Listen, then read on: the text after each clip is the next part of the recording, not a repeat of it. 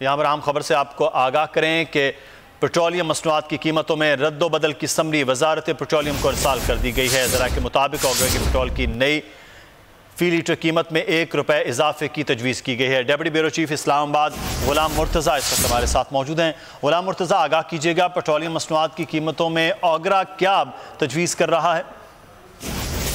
Petroleum मसनूआत की कीमतों में रद्दोबदल की समरी जो है वो वजारत पेट्रोलियम को मौसूल हो गई है।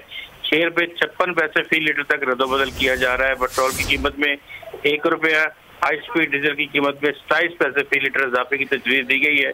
मट्टी की तेल की कीमत में ₹2.39 फी लीटर कमी की तजवीज़ है, जबकि लाइट डीजल ऑयल की कीमत में ₹6.56 फी लीटर कमी करने की तजवीज़ भिजवाई गई है। हतमी फैसला कल वज़ारत ख़ज़ाना वज़ीर-ए-आज़म की मुशावरत से करेगी और नई कीमतों का इतलाक 1 नवंबर से होगा। जी बहुत शुक्रिया Ghulam Murtaza, deputy bureau chief Islamabad हमारे साथ मौजूद थे। और पेट्रोलियम मसनूआत की कीमतों में रद्दोबदल की समरी इस वक्त वज़ारत ख़ज़ाना को मौसूल हो गई है और अब कल मुशावरत के बाद इस पर फैसला किया जाएगा।